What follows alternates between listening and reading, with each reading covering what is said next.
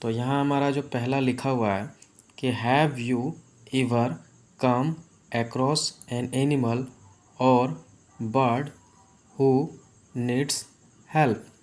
क्या आप किसी जानवर और पक्षी के नज़दीक गए हैं जिनको ज़रूरत पड़ी हो।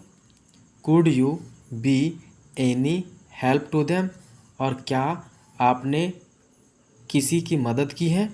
द स्टोरी नई friends translated from Munshi Premchand a story Nadan Dost. यानी कि जो ये नादान दोस्त जो लिखी गई है वो मुंशी प्रेमचंद के द्वारा लिखी गई कहानी है, जिसे हम नादान दोस्त में पढ़ रहे हैं। Is about A brother and sister, और यह जो है एक भाई और बहन की कहानी के बारे में बताया गया है। जो भाई है वो केशव है एंड श्यामा, और जो बहन है वो श्यामा है। Who are amused to discover 3 eggs। जो दोनों भाई बहन जो होते हैं, एम्यूज का मतलब यहाँ पर जो है दोस्त, एम्यूज का मतलब क्या होता है फ्रेंड्स, यहाँ तो एम्यूज का मतलब होता है खुश होना। यानी कि दोनों भाई बहन जो होते हैं वो बहुत खुश होते हैं। टू डिस्कवर 3 eggs, यानी कि क्या 3 अंडों की खोज करके, यानी 3 अंडे खोज करके दोनों भाई बहन काफ़ी खुश होते हैं। Just above the cornice in the house, कहाँ पर, न छज्जे के ऊपर में। वे दोनों जो भाई बहन होते हैं वो 3 अंडों को खोज करके काफ़ी खुश होते हैं घर पर। वाट दे डू, फिर वे क्या करते हैं। देर आफ्टर, उसके बाद। इज़ गिवन बिलो, तो यहाँ पर हमारा नीचे दिया गया है कि उसके बाद वे लोग क्या करते हैं। तो आइए हम लोग विस्तार से पढ़ते हैं। तो जो है आगे कहता है कि a bird had laid eggs just above the cornice in Keshav's house. क्या कहता है कि एक पक्षी जो है वो अंडे दिए थे, कहाँ पर, न केशव के छज्जे के ऊपर। केशव का जो घर था उस घर के ऊपर में एक छज्जा था, उस छज्जे के ऊपर में एक पक्षी ने अंडे दिए थे। Both Keshav and his sister Shyama, यानी कि दोनों भाई और उसकी बहन श्यामा, यानी भाई केशव और बहन Shyama, would watch the birds, वे लोग क्या करते थे, ने पक्षियों को देखा करते थे। इंटेंटली का मतलब होता है ध्यानपूर्वक। क्या होता है, ध्यानपूर्वक, यानी ध्यानपूर्वक वे लोग जो है उन पक्षियों को देखते थे। एज दे फ्लू बैक, जो उड़कर आते थे, एंड फोर्थ, और आगे भी जाते थे, उड़कर आते और जाते थे। फर्स्ट थिंग एवरी मॉर्निंग, सबसे पहला चीज़ कि सुबह का जब समय होता था, यानी हर सुबह प्रत्येक दिन जो था, द टू वुड कम, दोनों वे लोग उठकर आते थे, एंड स्टैंड, और खड़े हो जाते थे, इन फ्रंट ऑफ द कॉर्निस, यानी छज्जे के सामने। छज्जे के सामने दोनों भाई बहन आकर खड़े हो जाते थे। रबिंग देयर आइज़, और अपनी आँखों को मलते थे या रगड़ते थे। बैरली अवेक, जो बहुत ही मुश्किल से जगते, यानी वे लोग अपनी नींद पूरा नहीं करते थे, यानी आधा जग करके ही वो लोग उठ करके सुबह सुबह आते थे और अपनी आँखों को रगड़ते थे छज्जे के सामने। The pleasure they ड्रीव from seeing the two birds was so great, वो जो खुशी थी वे दोनों की, वो क्या था कि वे दोनों पक्षियों को देख करके वे लोग काफ़ी खुश होते थे, और इसके चलते दे इवन फॉरगॉट, वो भूल जाते थे, about the joys of milk, यानी दूध की खुशी को लेकर के भूल जाते थे, एंड जलेबी, और जलेबी खाने तक की खुशी को भूल जाते थे। Numerous questions rose in their minds, numerous का मतलब होता है साथियों असंख्य या बहुत सारे, तो बहुत सारे प्रश्न जो होते थे उनके मन में उठता था। पहला सवाल क्या उठता था, तो इसमें पहला लिखा हुआ है how big were the eggs, कि अंडे कितने बड़े होंगे। वाट कलर वेयर दे, वे कौन से रंग के होंगे। हाउ मेनी, कितने अंडे होंगे। वाट डिड दे ईट, वे क्या खाते होंगे। How would the chicks come out of them, और अंडे से जो बच्चे निकलेंगे वो किस प्रकार निकलेंगे। What is the nest like, उनका घोंसला किस प्रकार का होगा। But there was nobody around to answer their questions, लेकिन वहाँ कोई नहीं था उनके पास उनके प्रश्नों का जवाब देने के लिए। Maa had no time from the housework, जो घर में माँ थी उसके पास समय नहीं था बताने को, क्योंकि वो घर के कामकाज में व्यस्त रहती थी। एंड बाबूजी फ्रॉम हिज बुक्स, और उनके पिताजी को अपने पढ़ाई लिखाई से यानी किताबों से फुर्सत नहीं रहती थी।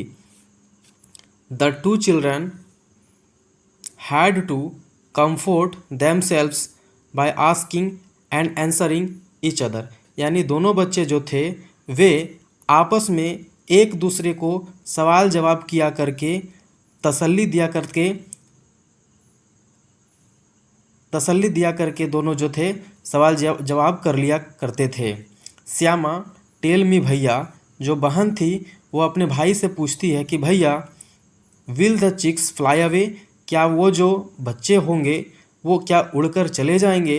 As soon as they come out of the eggs, जब वो अंडे से निकलेंगे, अंडे से टूटकर जब निकलेंगे वो बच्चे क्या तुरंत उड़कर चले जाएंगे।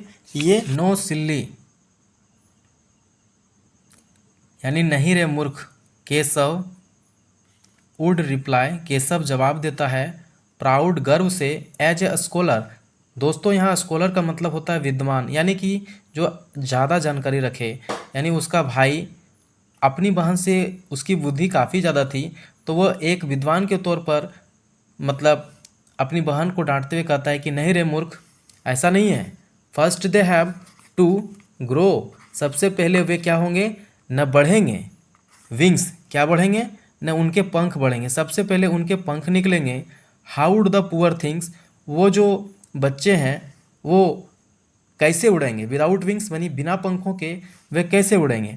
तो आगे फिर श्यामा कहती है, उसकी बहन कहती है कि what would the poor bird feed her little ones, क्या कि वो जो पक्षी हैं वो अपने बच्चे को क्या खिलाएंगे, मतलब क्या खिला करके रखेंगे। This was a tricky question even for Keshav to answer, यह जो सवाल था वो बहुत ही एक पेचीदा सवाल था, कह सकते हैं कि बहुत सा मुश्किल सवाल था केशव के लिए उत्तर देने का। यानी बहन जो उसको पूछती है कि भैया कि वे पक्षी जो हैं अपने बच्चे को क्या खिलाएंगे, तो इस सवाल को लेकर के केशव के पास कोई उत्तर नहीं होता है, यह सवाल उसको बहुत ही मुश्किल लगता है। A couple of days went by, 2 दिन बीत जाते हैं। And the children's curiosity increased, 2 दिन बीत जाने के बाद बच्चों की उत्सुकता काफ़ी बढ़ जाती है। They were eager to see the eggs, दोनों जो बच्चे होते हैं यानी दोनों भाई बहन जो होते हैं वह अंडों को देखने की लालसा ज़्यादा रखते हैं। They were certain they had hatched by then, they were certain they, निश्चित रूप से वे क्या करेंगे, न अंडे को गर्म करेंगे। हैचिड का मतलब होता है अंडे पर बैठना। The question of what the chicks would eat now weighed heavily on their minds, यानी कि सवाल जो था कि जो बच्चे होंगे वो क्या खाएंगे, ये उनके मन में सवाल उठता था कि क्या खाएंगे। तो आगे कहता है where would the poor bird find enough grain to feed her brood, यानी कि वो जो पक्षी हैं वो अपने बच्चे के लिए भोजन कहाँ से इकट्ठा करेगी, यानी भोजन पर्याप्त मात्रा में कहाँ से इकट्ठा करेगी ताकि वे अपने बच्चे का पेट भर सके। The chicks were sure to starve to death, यानी क्या कि वो जो बच्चे होंगे निश्चित रूप से वो भूख से तड़प कर मर जाएंगे। This thought left the siblings very एंक्सस, इस सोच के चलते दोनों सगे भाई बहन काफ़ी चिंतित होते थे। They decided to scatter some grains on the cornice for the bird to pick, वे दोनों फैसला लेते हैं कुछ अनाज के दानों को बिखेरने का छज्जे पर, यानी कि छज्जे पर वे दोनों कुछ अनाज के दाने बिखेरने का फैसला लेते हैं, किस लिए, न ताकि पक्षियाँ उसको चुन सके। श्यामा सेड हैप्पीली, श्यामा यानी उसकी बहन जो है खुशीपूर्वक कहती है oh then the bird would not have to fly away anywhere in search of food, will see, यानी क्या बहन क्या कहती है कि तब तो वो जो पक्षी होंगे उनको कहीं भोजन की तलाश में यानी कि दाने के लिए उनको कहीं उड़ना नहीं पड़ेगा, उनको कहीं जाना नहीं पड़ेगा। विल सी, होगा ऐसा। ओ नो सेड केशव, तो उसका भाई कहता है अरे नहीं। वाई वुड सी, वे ऐसा क्यों करेंगे। But would not the chicks be really hot up there, क्या बच्चों को वहाँ पर धूप नहीं लगेगी क्या।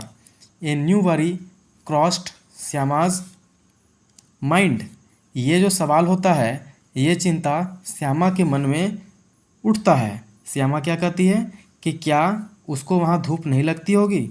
से Keshav had not thought of this problem until then, ठीक है। केशव जो है इसके बारे में, इस समस्या के बारे में सोचा नहीं था तभी। यस ही सेड, वो बोल पड़ता है कि हाँ, they are probably dying of thirst up there, कि वे जो हैं वे प्यास से संभवतः मर सकते हैं। There is no shade above them even, ऊपर जो होगा वहाँ किसी भी प्रकार का छाया नहीं है, यानी कि छज्जे के ऊपर में बच्चों को धूप लगेगी, वो प्यास से मर सकते हैं, वहाँ ऊपर छाया भी नहीं है। It was finally decided that a makeshift roof would be erected above the nest, अंतिम रूप से एक फैसला लिया जाता है कि एक मैक्सिफ्ट का मतलब होता है साथियों जुगाड़ करना, यानी वो लोग कुछ ऐसा जुगाड़ करेंगे, एक ऐसा छत बनाएंगे और उसको टिका कर रखेंगे घोंसले को, यानी कि जो घोंसला है उस घोंसले के ऊपर में कुछ ऐसा छत को टिका कर रखेंगे ताकि उनको धूप नहीं लगेगी, ठीक है। The proposal for a bowl of water and some grains of rice was also approved, क्या कहता है कि प्रस्ताव ये होता है कि एक कटोरा पानी और कुछ चावल के दाने वहाँ पर रख दिए जाते हैं।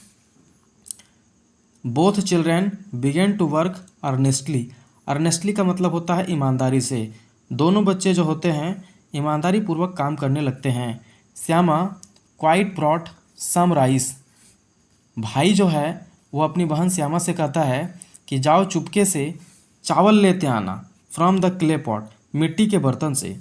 Keshav secretly emptied the stone bowl of its oil, और केशव उसका भाई क्या करता है, वो भी गुप्त तरीके से जो कटोरा होता है वो क्या करता है, उसे खाली कर देता है जिसमें तेल रखा होता है, उस तेल को गिरा देता है और स्क्रब्ड उसे रगड़ता है एंड इट क्लीन, फिर उसे साफ़ करता है एंड रिफिल्ड इट विथ वाटर, और साफ़ करने के बाद उसमें पानी भर देता है। आगे कहता है कि but where to get the cloth for the shelter, अब आगे क्या है कि वे लोग शेल्टर यानी कि या रहने के जगह के लिए वे लोग कपड़े कहाँ से पाएंगे, मतलब उस पक्षी को बचाने के लिए, धूप न लगे इसके लिए वो कपड़े से कहाँ से पाएंगे। And how to make the roof, और वो छत कैसे बनाएंगे, स्टे अप विदाउट सपोर्ट, बिना कोई सहारे के ऊपर कहाँ से वो छत बनाएंगे। Keshav puzzled over the problem, Keshav इस समस्या को, पजल्ड मतलब होता है हैरानी में पड़ना, यानी कि ये सवाल जब वो उसके मन में आता है तो वह हैरानी में पड़ जाता है। फॉर ए वाइल, थोड़ी देर के लिए, बिफोर इट, उससे पहले, इट वाज फाइनली रिजॉल्व, फिर उसको अंतिम रूप से मतलब सॉल्व कर लिया जाता है। Go and bring the garbage basket, वह अपनी बहन को पहले कहता है कि जाओ कचरा फेंकने वाली एक टोकरी ले आना। मेक श्योर माँ डज नॉट सी यू, और ये ध्यान में रखना कि माँ तुम्हें जो है देखे नहीं, मतलब माँ से चुपके से लेकर के आना। But it is got a hole in the middle, तो बहन कहती है कि अरे बीच में तो वो छेद है, यानी कि वो जो टोकरी लेके आएंगे उस टोकरी के बीच बीच में क्या है न, छेद है। Will it keep the sun out, क्या उसमें से धूप रोकेगा, यानी सूरज जब उसमें पड़ी गई तो उसकी रोशनी पक्षी को भी लग सकती है, बच्चे को भी लग सकते हैं, क्या वो उसको रोक पाएगा। तो first bring the basket, Keshav said with slight irritation, Keshav जो है वो हल्का गुस्सा होकर के पहले कहता है कि पहले टोकरी तो ले आओ जा करके। I will take care of the hole, मैं उस छेद को क्या करूँगा न, ठीक कर दूँगा। श्यामा वेंट रनिंग, श्यामा दौड़ते हुए जाती है and return with the basket, और टोकरी लेकर के वापस आती है। केशव स्टफ्ड द होल, यहाँ दोस्तों स्टफ्ड का मतलब होता है ठूस करके भरना। तो केशव क्या करता है, न ठूस कर भर देता है क्या, उस छेद को, किससे, विथ सम पेपर, कुछ कागज़ से लेकर के, यानी कुछ कागज़ को लेकर के टोकरी में जो छेद होता है उसको ठूस ठूस के भर देता है।